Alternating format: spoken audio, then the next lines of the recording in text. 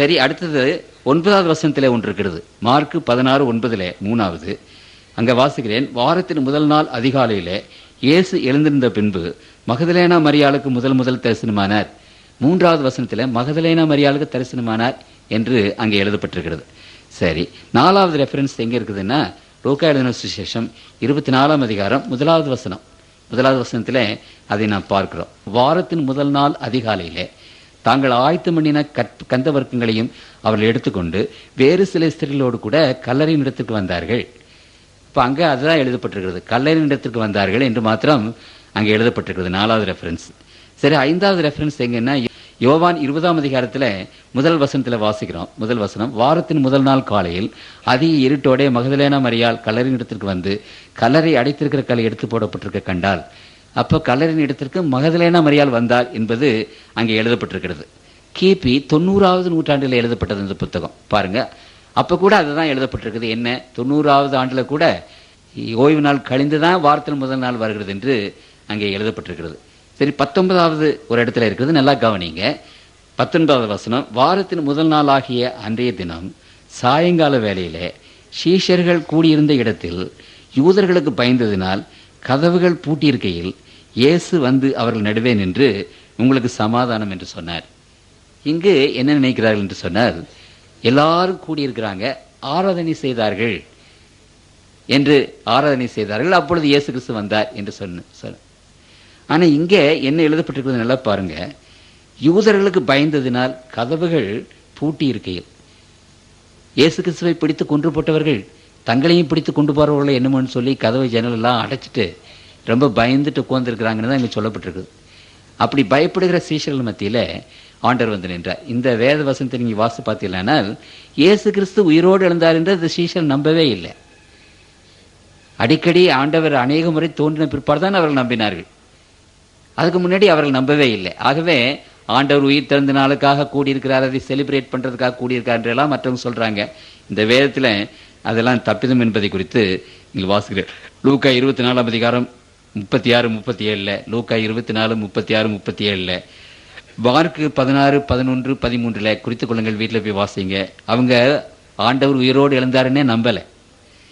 அப்படி நம்பாத போது அந்த உயிரோடு எழுந்ததை அவர்கள் எப்படி கொண்டாடி இருக்க முடியும்? உங்களுக்கு புரியுதுங்களா? சரி, ஆகவே அது அவர் ஆராதனையாக கூடிய இடம் அல்ல என்பதை குறித்து உங்களுக்கு தெரிகிறது. அப்போஸ்தலர் நடபடிகள் புத்தகம் 20ஆம் அதிகாரம் 7-8, வாரத்தின் முதல் நாளிலே அப்பம் பிற்கும்படி சீஷர்கள் கூடி வந்திருக்கையில் பவுல் மறுநாளிலே புறப்பட வேண்டும் என்றிருந்து அவர்களுடனே சம்பாஷித்து நடுராத்திரி மட்டும் பிரசங்கித்தார். புரியுதுங்களா? அப்படியானால் இங்க பாருங்க, ஒரு பிரசங்கம் உண்மையாவே நடந்திருக்குது. வாரத்தின் முதல் நாளிலே அப்பம் பெற்றிருக்கிறார்கள். 2 காரியம் நடந்திருக்கு. ஒன்று பிரசங்கம் நடந்திருக்கிறது, இன்னொன்று அப்பம் பெற்றிருக்கிறார்கள். அப்போ ஐத்திகு என்ற வாலிபன் மயக்கமிட்டு கீழே விழுந்து செத்து விட்டான். உடனே பவுல் கீழே வந்து அவனை ஏறி கொண்டு மேலே கொண்டு போய் உயிர் கொடுக்கிறார். பின்பு 11வது வருஷம் பின்பு ஏறி போய் அப்பம் பெற்று புசித்து விடிய காலம் அளவும் வெகு நேரம் பேசி கொண்டிருந்து பின்பு புறப்பட்டார். இதில் நீங்கள் ஒரு காரியத்தை கவனிக்கணும். வாரத்தின் முதல் நாள் கூட்டம் எப்போ? ராத்திரியில். அப்போ வாரத்தின் முதல் நாள் ராத்திரி என்ன நாள்? சாயங்காலம். சாயங்காலம் இன்னொரு நாள் தொடங்கிறது. உங்களுக்கு புரியுதுங்களா? அப்போ வாரத்தின் முதல் நாள் ராத்திரின்னு சொன்னால் எப்போ? திங்கக்கிழமை. இது நடந்த சமாச்சாரம் திங்கக்கிழமை. இதை நீங்கள் புரிந்து கொள்ள வேண்டும். ஒன்று. 2வது, கூட்டம் நடந்தது. சரி, வாரத்தின் முதல் நாளையே கூட்டம் நடந்ததுன்னு வச்சுங்க. கூட்டம் நடக்கிற நாளெல்லாம் பரிசுத்தமான நாளா? அது ஓய்வு நாளா? இன்னைக்கு கூட கூட்டம் நடக்குது, இன்னைக்கு ஓய்வு நாள் ஆயிருமா? புதன்கிழமை மிட் வீக் பிரேயர் வைக்கிறோம், அது ஓய்வு நாள் ஆயிருமா? கூட்டம் நடந்ததுனால ஒரு நாள் ஓய்வு நாள் ஆயிருமா? சொல்லுங்க. இன்னைக்கு ஜனங்கள் அப்படி பேசுறாங்க. விளங்குதுல? ஆண்டவர் அவர் ஒரு நாளை தெரிந்து கொண்டார், அவர் அதிலே ஓய்ந்திருந்தார், அதை அவர் ஆசீர்வதித்தார், அதை அவர் பரிசுத்தப்படுத்தினார். உங்களுக்கு புரியுதுங்களா? இவ்வளவு செய்து ஒரு ஓய்வு நாள் உண்டாக்கியிருக்கார் கடவுள். அவருடைய பிரசனத்தை வச்சு உண்டாக்கியிருக்கிறார். இங்கே இவர்கள் கூட்டம் நடத்தினால் அந்த கூட்டம் நடந்ததுனால ஒரு நாள் ஓய்வு நாள் ஆயிருமா? நம்ம எல்லா வாரத்தில் எத்தனையோ நாள் தான் கூட்டம் நடத்துகிறோம். கூட்டம் நடக்கும்போதெல்லாம் ஓய்வு நாள் ஆயிருமா? அது அங்கே என்ன சொல்லப்பட்டிருக்கிறது? அடுத்த நாள் பவுல் போக வேண்டிய சூழ்நிலை. அதனால் அவர் ராத்திரியெல்லாம் என்ன செய்கிறார்? பிரசங்கம் பண்ணாருன்னு சொல்லப்பட்டிருக்கு. சரி, ஒன்று. 2வது, அப்பம் பிட்டார்கள், அதனால் அது ஓய்வு நாள் ஆயிட்டுன்னு அநேகர் நினைக்கிறாங்க. அப்பம் பிட்டார்கள் என்பதனாலே ஒரு நாள் ஓய்வு நாள் ஆயிருமா? கவனிக்கணும். முதல் அப்பத்தை எப்போ பிட்டாங்க சொல்லுங்க யாராவது? முதலாவது ரா போஜனை என்றைக்கு ஆண்டவர் ஏற்படுத்தினார் சொல்லுங்க? வியாழக்கிழமை. அப்போ முதல் ரா போஜனை ஆண்டவரே வியாழக்கிழமை தானே ஏற்படுத்தினாரு. இப்போ வியாழக்கிழமை அப்பம் பிட்ட போது அந்த வியாழக்கிழமை ஓய்வு நாள் ஆயிடுச்சா? சரி, இன்னொன்று பாருங்க, அப்போஸ்தலர் நடவடிக்கையின் புத்தகம் அந்த காலத்தினுடைய வழக்கத்தை பாருங்க.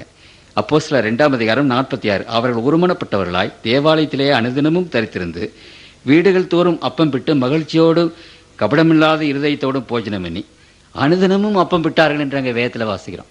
அந்த காலத்தில் அனுதினமும் தினந்தோறும் அப்பம் பிட்டார்கள். அப்போ அப்பம் பிட்டதெல்லாம் ஓய்வு நாள் ஆயிருமா?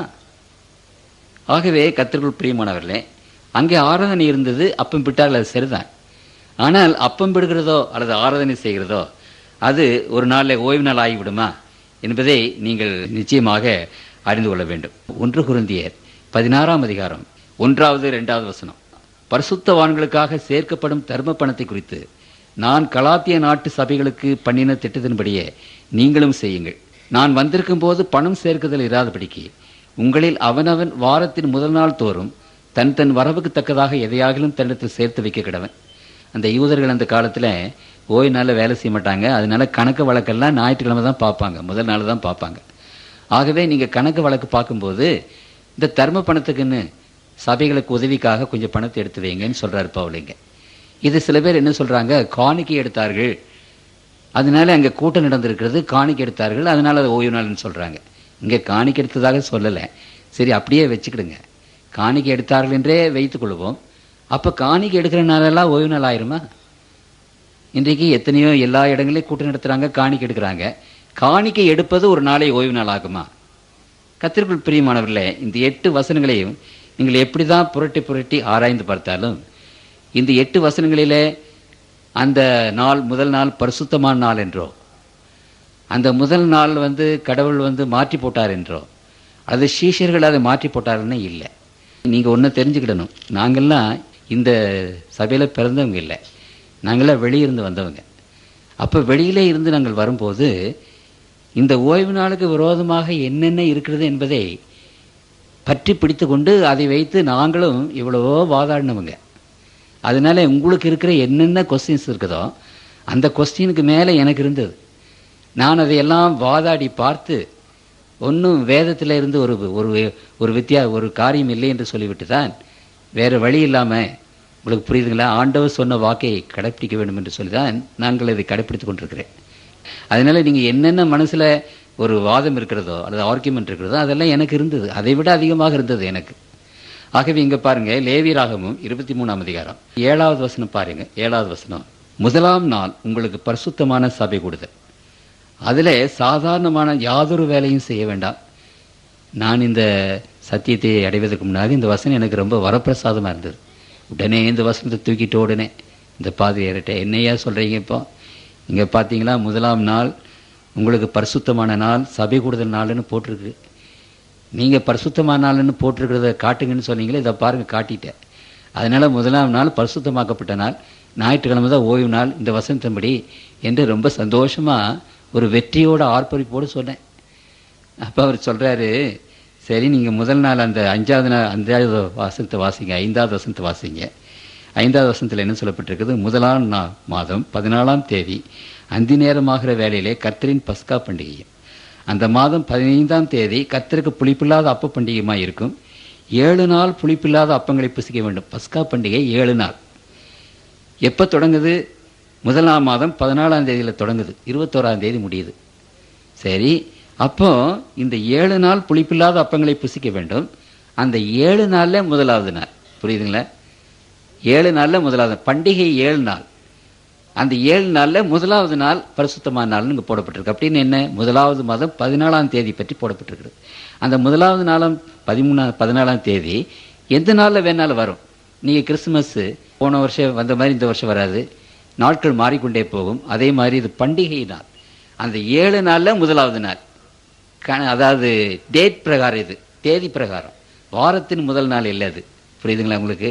ஆகவே கர்த்தருக்குள் பிரியமானவர்களே, இந்த வேத வசனத்தை நீங்கள் எப்படி புரட்டி புரட்டி புரட்டி புரட்டி படித்தாலும் இந்த பரிசுத்த ஓய்வு நாள் 7வது நாள் என்பதையும் முதல் நாள் என்பது இந்த வேதத்தில் பரிசுத்தமாக்கப்படவில்லை அல்லது ஓய்வு நாள் இல்லை என்பதையும் வேதம் வெகு திட்டவட்டமாக நமக்கு சொல்லுகிறது. கிப்பன் என்று சொல்லப்பட்ட ரோமன் கத்தோலிக் கார்டினல், அவர் ஃபெய்த் ஆஃப் அவர் ஃபாதர்ஸ்ன்னு 12 வால்யூம் எழுதியிருக்கிறார். அதை தான் அந்த ரோமன் கத்தோலிக் பாஸ்டர்ஸ் எல்லாம் படிக்கிறாங்க. பிரில்லியன்ட் மேன், ஒரு பெரிய சரித்திர ஆசிரியர். அவர் சொல்லுகிறார், you may read the Bible from Genesis to Revelation and you will not find a single line authorising the sanctification of Sunday. அநேகர் இங்கிலீஷ் தெரிந்தவர்கள் இருக்கிறீர்களுங்க. நீங்கள் வேதத்தில் ஒரு பக்கத்தில் இருந்து முதல் பக்கத்தில் இருந்து கடைசி பக்கத்து வரைக்கும் நீங்கள் படிக்கலாம். அப்படி படித்தாலும் அங்கு ஞாயிற்றுக்கிழமை பரிசுத்தமாக்கப்பட்டது அல்லது ஓய்வு நாள் என்பதை குறித்து ஒரு லைன் கூட, ஒரு வரி கூட அங்கே கிடையாது என்று ஃபெய்த் ஆஃப் அவர் ஃபாதர்ஸ் என்ற புத்தகத்தில் 110வது எடிஷன் பக்கம் 72-73. R.W. டேல் பிரிட்டிஷ் காங்கிரிகேஷனல் என்ற அந்த சர்ச்சை சேர்ந்தவர் எழுதுகிறார். இந்த 10 கமாண்ட்மெண்ட்ஸ் என்ற அந்த புத்தகம் அவர் எழுதியிருக்கிறார். 104-106வது பக்கத்தில், it is quite clear that however rigidly or devotedly we may spend Sunday, we are not keeping the Sabbath. ஞாயிற்றுக்கிழமையை நீங்கள் எவ்வளவு பரிசுத்தமாக எவ்வளவு வைராக்கியமாக நீங்கள் ஆசரித்தாலும் நீங்கள் ஓய்வு நாளை ஆசரிக்கவில்லை என்பது திட்டமாக உங்களுக்கு தெரிய வேண்டும். The Sabbath was founded on a specific divine command. ஆண்டவர் சொன்ன ஒரு விசேஷமான கற்பனையின் மேலே அந்த ஓய்வு நாள் கட்டப்பட்டிருக்கிறது. ஆக we bleed no such command for the obligation to observe Sunday. அப்படிப்பட்ட ஒரு விசேஷமான கட்டளை ஞாயிற்றுக்கிழமை பற்றி இல்லை, வேதத்தில் இல்லை. There is not a single sentence in New Testament to suggest that we incur any penalty by violating the supposed sanctity of Sunday. ஞாயிற்றுக்கிழமையை மீறும்போது நமக்கு தண்டனை வரும் என்று வேதத்தில் ஒரு வரியாவது அங்கு கிடையாது என்று அவர் எழுதுகிறார். இங்கு நிறைய இருக்கிறது, நான் எல்லாவற்றையும் வாசிப்பதற்கு எனக்கு நேரம் இல்லை. ஆனாலும் இங்கே பாருங்கள், எட்வர்ட் ஹிஸ்காக் என்பவர் நியூயார்க் மினிஸ்டர்ஸ் கான்ஃபரன்ஸ் நவம்பர் 13ஆம் தேதி 1893 அவர் எழுதுகிறார், there was and is a command to keep holy the சாபத் day. பரிசுத்த ஓய்வு நாளை கை கொள்ள வேண்டும் என்று கற்பனை இருந்தது, இன்றைக்கும் இருக்கிறது. But the சாபத் day was not Sunday. ஆனால் அந்த ஓய்வு நாள் ஞாயிற்றுக்கிழமை அல்ல. It will be set however and with some slow show of triumph that the Sabbath was transferred from the 7th to the first day of the week. சிலர் என்ன சொல்கிறாங்க, இல்லை அது முதல் நாளிலிருந்து 7வது நாளிலிருந்து முதல் நாளுக்கு மாற்றி போட்டது என்று சில பேர் அங்கே சொல்லுவாங்க. Where can the record of such a transaction be found? Not in the New Testament. Absolutely not. அப்படியானால் அந்த டிரான்சாக்ஷன், அந்த சனிக்கிழமையிலிருந்து ஞாயிற்றுக்கிழமை மாற்றி போட்ட அந்த டிரான்சாக்ஷன் எங்கே இருக்கிறது? அது புதிய ஏற்பாட்டில் இல்லவே இல்லை என்று அவர் எழுதுகிறார். சரி, நியாண்டர் என்று சொல்லப்பட்ட ஒரு பெரிய சரித்திர ஆசிரியன் அங்கே the history of the Christian religion and church என்ற அந்த புத்தகத்தில் 186வது பக்கத்தில் எழுதியிருக்கிறார், the festival of Sunday like all other festivals was always only human ordinance and it was far from the intentions of the apostles to establish a divine command in this respect, far from them and far from the early apostolic church to transfer the laws of Sabbath to Sunday. அவர் என்ன எழுதுகிறார், இது ஒரு மனித ஏற்பாடே அல்லாமல் அது கடவுளுடைய ஏற்பாடு அல்ல. இந்த விதமான காரியத்தை, அந்த மாற்றத்தை அப்போஸ்தலர்கள் செய்யவே இல்லை என்று எழுதுகிறார். நான் வாசித்து கொண்டே போக முடியும். கர்த்தருக்குள் பிரியமானவர்களே, கேத்தலிக் பிரஸ் சிட்னியில் ஆஸ்திரேலியா ஏப்ரல் 25ஆம் தேதி 1960 எழுதப்பட்டிருக்கிறது. ஞாயிறு ஆசரிப்பு கத்தோலிக்கருடைய கொள்கை. வேதம் முழுவதும் வாசித்தாலும் 7ஆம் நாளிலிருந்து முதலாம் நாளுக்கு அது மாற்றப்பட்டதாக ஒரு வசனமும் இல்லை. ISSR of Catholic redemptional college Kansas City அவர் எழுதுகிறார், நான் மறுபடியுமாக இந்த அறைகோலை விடுக்கிறேன். ஒரு கேத்தலிக் ஃபாதர் அவர் ஒரு அறைகோலை விடுத்தார். ஞாயிற்றுக்கிழமை பரிசுத்த ஓய்வு நாள் என்றாவது, அதை பரிசுத்தமாய் கை கொள்ள வேண்டும் என்றாவது வேதத்திலிருந்து யாராவது நிரூபித்தால் $1000 பரிசு தருகிறேன். இது பற்றி மறுபடியும் நான் என்ன சொல்கிறார் என்றால், இப்படி நான் அநேக முறை மேற்படி சவால் விட்டும் யாரும் இந்த பரிசை பெற்றுக்கொள்ள இதுவரைக்கும் வரவில்லை. ஏனென்றால் அப்படிப்பட்ட கருத்து வேதாகமத்தில் இல்லை. ஞாயிறு ஆசரிப்பு கத்தோலிக்க திருச்சபையின் கொள்கை. நீங்கள் ஞாயிற்றுக்கிழமை ஆசரிக்கும் போது கத்தோலிக்க திருச்சபையை பின்பற்றுகிறீர்களே அன்றி வேதத்தை பின்பற்றுகிறதில்லை.